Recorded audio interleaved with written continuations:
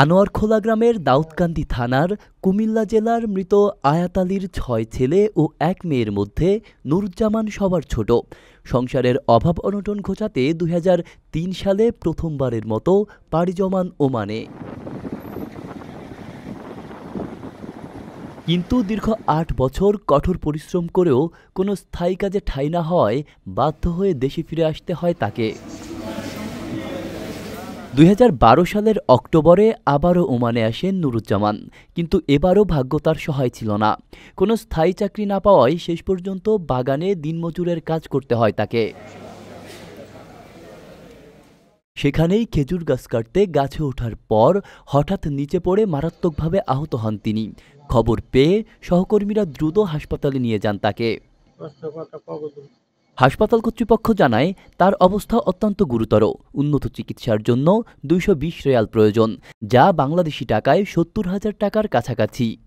Air ambulance ভাড়া ও চিকিৎসা খরচের সামর্থ্য না থাকায় তাকে বাড়িতে ফিরিয়ে আনতে বাধ্য হন সহকর্মীরা।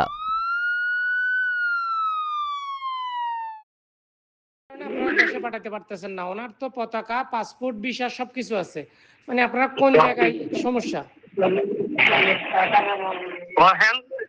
সমস্যা হলো আমরা এই দেশে যে অর্থ লাগে যে চিকিৎসা করাইতে, বুঝছেন, ওই অ্যামাউন্টটা তো আমাদের নাই। আমরা তো দিন মজুর, দিন একদিন কাজ করলে ভাত চলে, দেশে বউ বাচ্চা খায়, আর না চলে দেশে তো পাইতে পাই না, এখানেও পাই না। ঠিক আছে, এইরকম পর্যায়ে আমরা কাজ করি। এখন আমাদের পক্ষে তো এতগুলো টাকা এমন দেওয়ার মতো সামর্থ্য আমাদের নাই।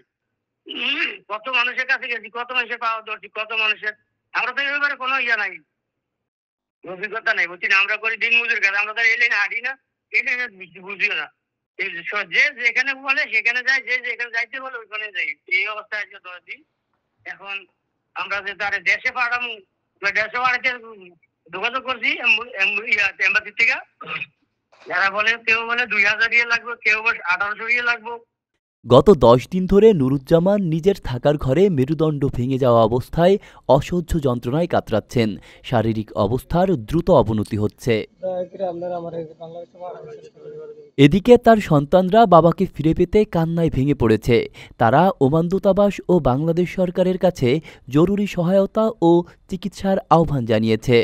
আমার আব্বুর আপনারা সবাই মিলে একটু কষ্ট করে দেশে পাঠানোর ব্যবস্থা করেন, আমার আব্বু অনেক অসুস্থ। একজন বিদেশগামী শ্রমিকের স্বপ্ন ভেঙে গেলে শুধু পরিবার নয়, সমাজও ক্ষতিগ্রস্ত হয়। এখন শুধু সাহায্যের হাত বাড়িয়ে দেওয়ার অপেক্ষা। আমি যখন কুমিল্লার নুরুজ্জামানকে দেখতে যাই, পাই নাই, তিনি কষ্টের জন্য, ব্যথার কষ্টের জন্য কথা বলতে পারতেছিল না। তবে তার আপন ভাই তারা ৬ ভাই, ১ বোনের মধ্যে আরো ২ জন ভাই এখানে রয়েছে। ওদের মধ্যে এক ভাই আমাকে যা বলেছেন, সবগুলা কথার মূল কথা হচ্ছে, সে যখন গাছ কাটতে দিনমজুরের কাজ করে, সে গাছ কাটতে গিয়ে গাছ কেটে উপরে যখন উঠছে, গাছ থেকে পড়ে গেছে।